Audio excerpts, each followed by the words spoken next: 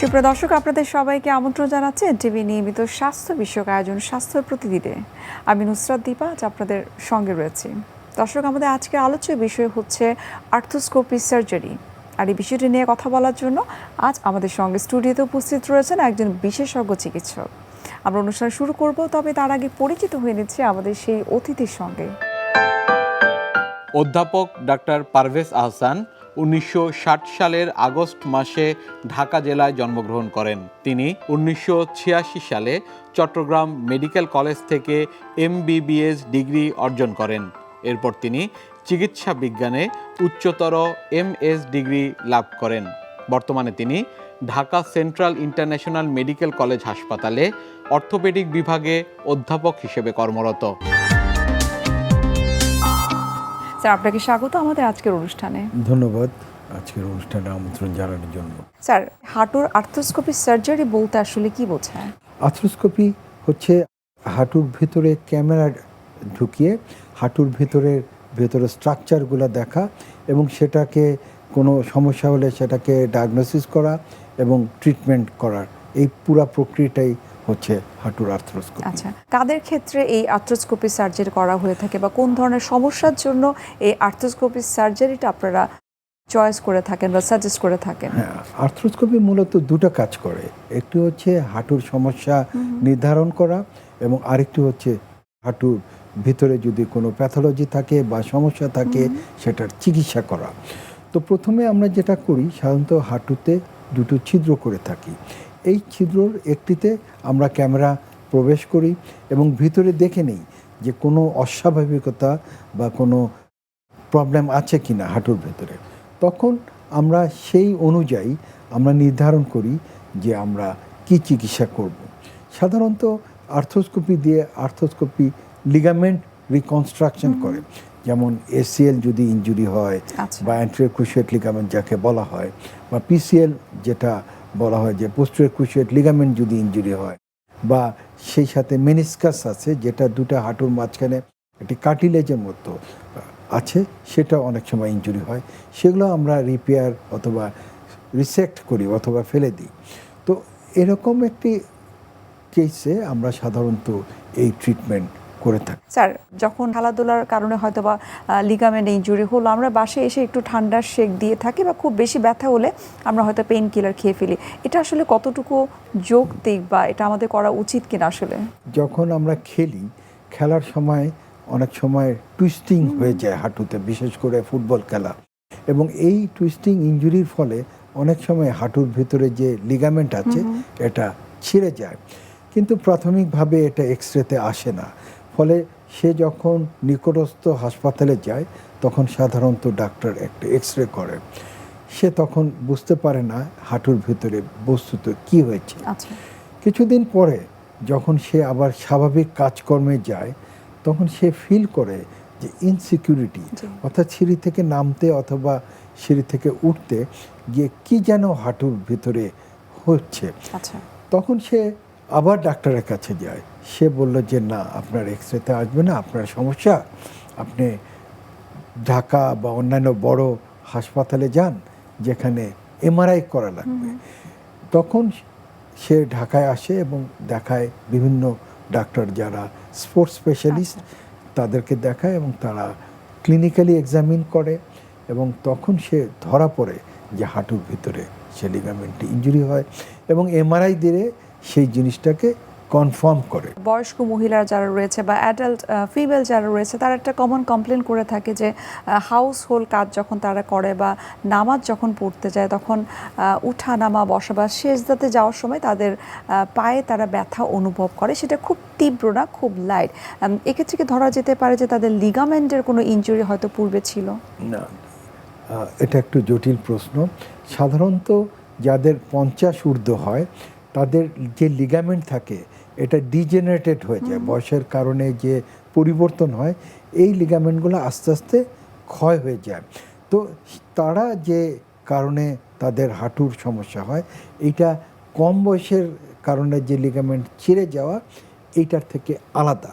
এবং তাদের যে লিগামেন্টের সমস্যা হয় সেটা লিগামেন্টটা ডিজেনারেটেড হয়ে ছিঁড়ে যায়, ওটা হলো আলাদা।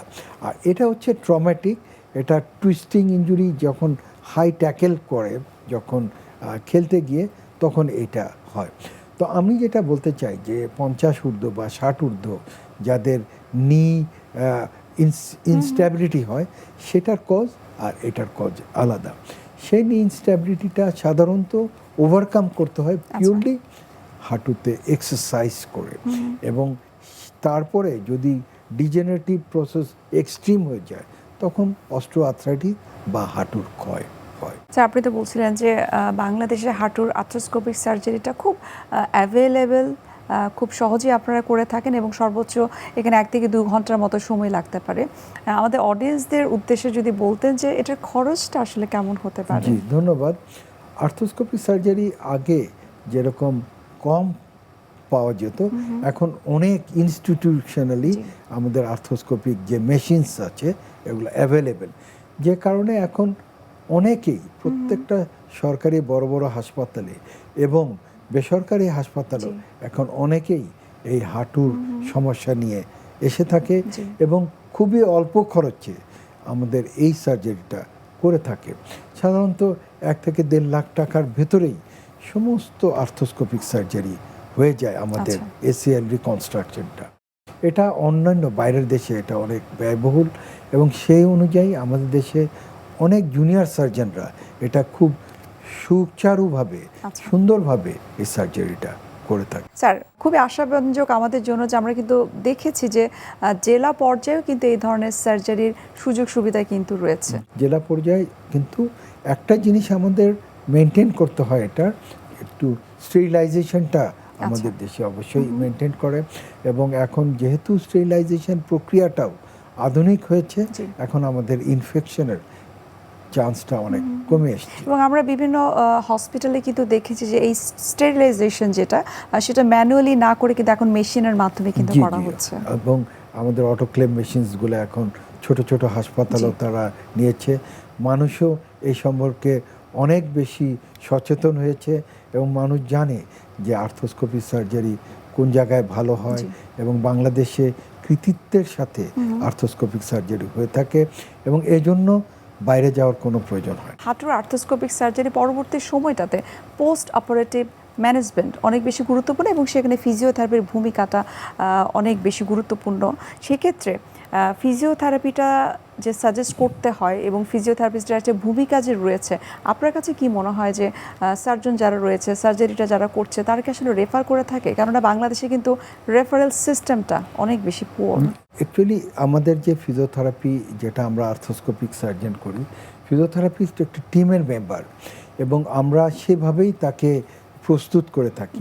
যেমন আমরা প্রথম অপারেশনের প্রথম দিন তারা আইসোমেট্রিক বা হিল পাম্প শুরু করে দেয় প্রথম দিনই, এবং হাঁটু যেখানে আর্থ্রোস্কোপি করে থাকি আইস কম্প্রেশন দিয়ে থাকে, এবং পরবর্তীতে সে নি ব্রেস দিয়ে এবং আস্তে আস্তে তাকে isometric quadriceps exercise, hamstring exercise protocol অনুযায়ী প্রথম 7 দিন কোয়াড্রিসেপস এক্সারসাইজ, দ্বিতীয় 7 দিন হ্যামস্ট্রিং, তারপরে নি বেন্ডিং, এগুলো প্রোটোকল অনুযায়ী সে করে থাকে, এবং খুব সাকসেসফুলি পোস্ট অপারেটিভ ম্যানেজমেন্ট এখন বাংলাদেশে অত্যন্ত উন্নতি হয়েছে, এবং রিকভারিও অনেক ভালো। এক্ষেত্রে সাধারণত রোগীরা নিশ্চয়ই আপনাদেরকে প্রশ্ন করে থাকেন যে আমি কতদিনের মধ্যে স্বাভাবিক চলাফেরা করতে পারবো বা আমি খেলাধুলা করতে পারবো কিনা? সাধারণত অপারেশনের পরবর্তীতে আমরা সাধারণত 3 সপ্তাহ থেকে 1 মাস পরে এই টাইম পিরিয়ডে ফিজিওথেরাপি করে তাকে স্বাভাবিক এনে তার কর্মস্থানে ফিরিয়ে আনতে পারি। কিন্তু আমরা যদি খেলতে চাই এবং হার্ড ট্যাকেল বা আমরা যদি ফুটবল খেলতে চাই, তাহলে মিনিমাম 6 মাসের ফিজিওথেরাপি করতে পারি, এবং আমি মনে করি যে খুব ভালোভাবে ফিজিওথেরাপি করলে সে অবশ্যই পুনরায় সে খেলায় ফিরে যাবে। আপনি যদি বলেন যে এই যে নেইমার বা এই যে ইনজুরি আছে বা এই যে আমরা রোনাল্ডো, এরাও কিন্তু ইনজুরিতে সাফার করে, এবং তারা এত ভিগোরাস ফিজিওথেরাপি করে এবং খুব আর্লি স্টেজেই সে তার পুনরায় খেলায় ফিরে যায়। আচ্ছা, অর্থাৎ পোস্ট অপারেটিভ ম্যানেজমেন্টটা অনেক বেশি গুরুত্বপূর্ণ, এবং সেখানে ফিজিওথেরাপির ভূমিকাটা অনেক বেশি দরকার। যারা আর্থ্রোস্কোপিক সার্জারিটা করছে আপনি ফিজিওথেরাপির কথা বলছিলেন। সাধারণত দেখা যায় যে রোগীরা যতদিন হসপিটালে থাকে ঠিক ততদিন পর্যন্ত ফিজিওথেরাপিটা নেয়, বাসায় যাওয়ার পরে কিন্তু ততটা রেগুলার থাকে না। সেক্ষেত্রে যে ফিজিওথেরাপি রিলেটেড যে ব্যায়ামগুলো রয়েছে সেটার ইম্পর্টেন্সটা আসলে কতটুকু? খুবই ইম্পর্ট্যান্ট। অপারেশন পরবর্তীতে তার যে মাসেলসগুলো আছে, থাইয়ের মাসেলস, এগুলা সাধারণত কিছুটা ওয়াস্টিং হয় বা ক্ষয় হয়। আচ্ছা। সেজন্য অপারেশন পরবর্তী সময় তাকে গ্রেড অনুযায়ী প্রথম সপ্তাহে কি, দ্বিতীয় সপ্তাহে কি এবং তৃতীয় সপ্তাহে বা পরবর্তীতে আগামী 6 মাসে কিভাবে সে ব্যায়াম করবে, এই প্রোটোকল অনুযায়ী যদি সে না ফলো করে তবে রেজাল্ট ভালো আসবে না। আচ্ছা। আমাদের রুগীদের ধরে নিতে হবে যদি সে অ্যাডুকেট ফিজিওথেরাপি না করে তাহলে তার রেজাল্ট ভালো না। এবং অ্যাডুকেট ফিজিওথেরাপি সম্পর্কে আমরা এখন আগেই কাউন্সেলিং করে নিই যে আপনি যদি অপারেশন করেন আপনার কিন্তু দীর্ঘমেয়াদী ফিজিওথেরাপি করতে হবে। এবং বিশেষ করে যারা খেলাধুলা করতে চায় তাদেরকে ফিজিওথেরাপি ছাড়া আমাদের কোনো উপায় নেই যে সে আবার খেলতে যাবে। আচ্ছা। সেজন্য আমি মনে করি এই জায়গাটায় আমরা রুগীদেরকে আরও বেশি কাউন্সিলিং করব, আরও বেশি অ্যাওয়ার করব এবং ফিজিওথেরাপি ছাড়া সে যেন পুনরায় তার কাজে না ফিরে এবং সে যেন খেলাধুলা না করে। স্যার, ইমপ্ল্যান্টটা যদি করা হয় সেক্ষেত্রে আসলে সেটা কতদিন পর্যন্ত টিকে থাকে? আমাদের যে স্ক্রু ব্যবহার করি এটা সাধারণত বায়ো স্ক্রু বা বায়োডিগ্রেডেবল স্ক্রু, আচ্ছা। অর্থাৎ এটা শরীরের হাড়ের সাথে মিশে যায়। এবং আর একটা এন্ডো বাটন অনেক সময় ইউজ করে থাকি, সেটা টাইটেনিয়ামের, সেখানে এমআরআই বা অন্যান্য রেডিওলজিক্যাল পরীক্ষা করতে কোনো সমস্যা নেই। তো আমরা স্ক্রুগুলো সাধারণত শরীরের সাথে যে মিশে যায় এই ধরনের স্ক্রুই আমরা ব্যবহার করে থাকি। যে প্রশ্নটা অনেক সময় রোগীরা কনফিউজ করে যে এই স্ক্রুটা খুলতে হবে কি না, সাধারণত আর্থ্রোস্কোপিতে যে স্ক্রু ব্যবহার করে থাকি এটা খোলার প্রয়োজন নেই। এই যে আমি ট্রিটমেন্টটা করলাম, পরবর্তী সময়ে যদি আবারও কখনো কোনো সমস্যা হয়ে থাকে তখন কি সার্জারিটা আবার আমাকে করতে হবে? বিশেষ করে যারা খেলাধুলা করে বা অনেক সময় অ্যাক্সিডেন্টও হয়ে যেতে পারে, তবে এখানে স্কোপ আছে রিভিশন সার্জারি। তো অনেকেই রিভিশন সার্জারি শব্দটা শুনলে ভয় খেয়ে যায়, আসলে তেমন কিছু না। সেই একই প্রক্রিয়ায় সেই আগের স্ক্রু যদি থাকে সেটা সরিয়ে নিয়ে আচ্ছা। নতুনভাবে স্ক্রু এবং নতুনভাবে লিগামেন্ট রিকনস্ট্রাক্ট করা হয়। এখনকার যুগে যারা মনে করেন নেইমার বা আমাদের দেশের মাশরাফিও যারা ছিলেন তারা কিন্তু রিভিশন সার্জারি একাধিকবার করা হয়েছে। আচ্ছা। এবং সে অ্যাপ্রোপ্রিয়েট ফিজিওথেরাপি যদি করে এবং অনেক সময় এর সাথে অনেক সময় স্টেম সেল বা পিআরপিও অ্যাড করা হয় এইসব আচ্ছা। জায়গায়, এবং এগুলো যদি অ্যাপ্রোপ্রিয়েটলি অ্যাডভোকেট করা যায় তাহলে সে আবার পুনরায় তার। আচ্ছা স্যার, আপনি পিআরপির কথা বলছেন, আমরা তো যতটুকু জানি যে পিআরপি ট্রিটমেন্ট কিছুটা হলে আমাদের বাংলাদেশের মানুষদের জন্য কিন্তু একটু এক্সপেন্সিভ। তো কাদের ক্ষেত্রে আপনারা পিআরপিটা আসলে সাজেস্ট করে থাকেন বা এটা ম্যান্ডেটরি কোনো ট্রিটমেন্ট কিনা? যে বেসিক্যালি পিআরপিটা হচ্ছে রিজেনারেটিভ মেডিসিনের একটি পার্ট, অর্থাৎ শরীরের থেকেই রক্ত নিয়ে সেখান থেকে প্লাজমা বের করে আমরা সাধারণত ক্ষয়ের স্থানে দিই। যেমন হাঁটুতে যদি ক্ষয় থাকে বা পোস্ট এসিএল রিকনস্ট্রাকশনের পরেও আমরা এটা সাধারণত ব্যবহার করে থাকি, যেগুলা সূক্ষ্ম যেখানে ক্ষয় থাকে সেগুলোকে রিজেনারেট করে। এটা এখন সাধারণত ফিজিওথেরাপির পাশাপাশি পিআরপি দিয়ে এখন নতুনভাবে চিকিৎসা করছে। আপনি যদি লেটেস্ট জার্নালে দেখেন যে রোনাল্ডো কিংবা আমাদের নেইমারও যে চিকিৎসাটা নিয়েছে স্পোর্টস মেডিসিনে, সেখানে পিআরপি ব্যবহার আছে। স্যার, আমরা আরও বিস্তারিত জানার চেষ্টা করবো এই ধরনের সার্জারি নিয়ে, তবে তার আগে একটু দেখে নিচ্ছে আমাদের স্বাস্থ্য প্রতিদিনের নিয়মিত আয়োজন কি খাবেন কেন খাবেন এই সেগমেন্টে। দর্শক, আপনারা দেখছেন স্বাস্থ্য প্রতিদিন। এই পর্যায়ে আমরা দেখে নিচ্ছি বিভিন্ন খাদ্যের পুষ্টি গুণাগুণ নিয়ে আমাদের পুষ্টিবিদের পরামর্শ। শরীর ম্যাজমেজে লাগা, মেজাজ খিটমিটে হয়ে যাওয়া, কোনো কাজে ভালো লাগছে না, কিছু সময় পরপরই ক্লান্তি যেন পিছু ছাড়ছে না, এই জাতীয় সমস্যা অনেকের মধ্যেই দেখা দিয়ে থাকে। এই জাতীয় সমস্যার পাশাপাশি শরীরে মাংসপেশিতে ব্যথা, শরীরে হাড়হাড্ডিতে ব্যথা, এই লক্ষণগুলোও যদি প্রকাশিত হয় তাহলে অবশ্যই চেক করে নিতে হবে শরীরে ভিটামিন ডি এর ঘাটতি রয়েছে কিনা।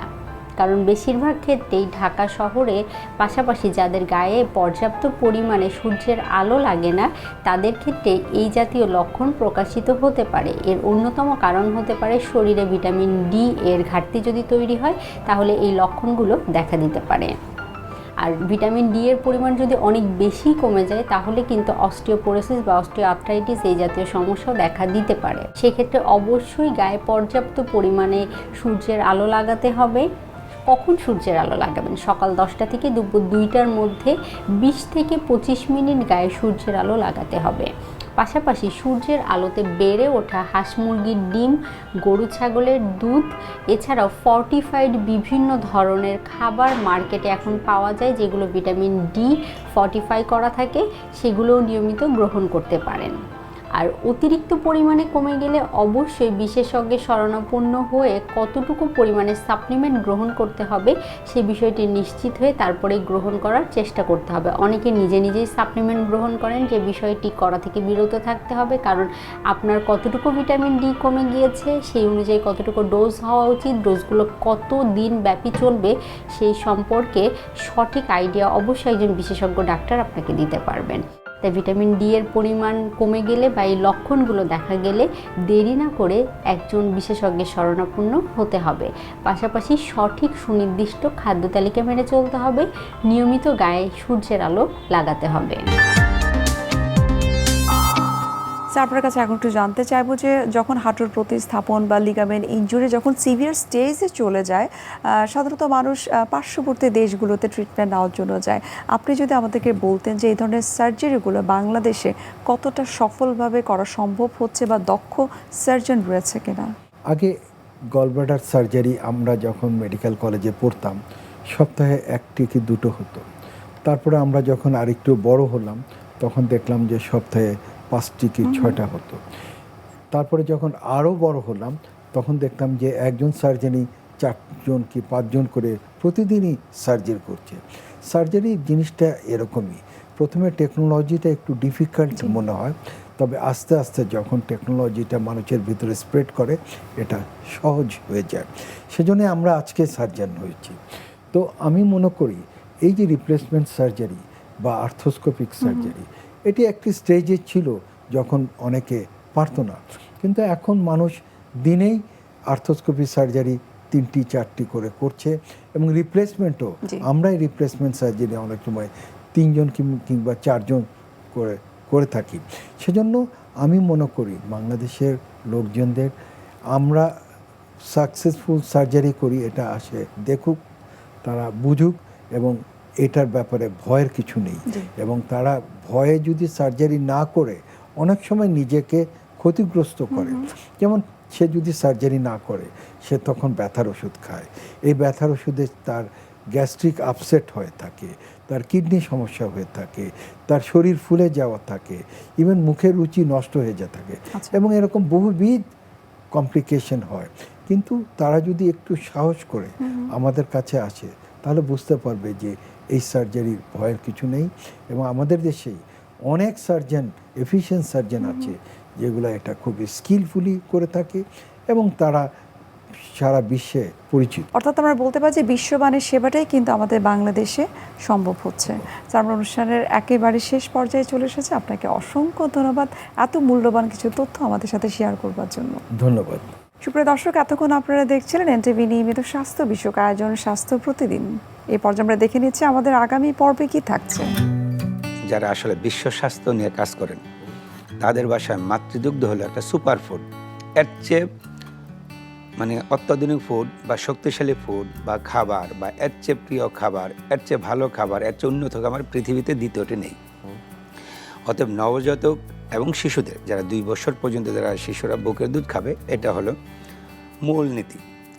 আমাদেরকে অবশ্যই জন্মের 1 ঘন্টার মধ্যে এই মায়ের বুকের দুধটা শুরু করতে হবে এবং প্রথম যে দুধটাকে, যে গাঢ় এবং হলুদ দুধ যেটাকে শাল দুধ বলা হয়, এটাকে শুরু করা এখন আমাদের প্রত্যেকের জন্য এটা বাধ্যতামূলক হওয়া উচিত।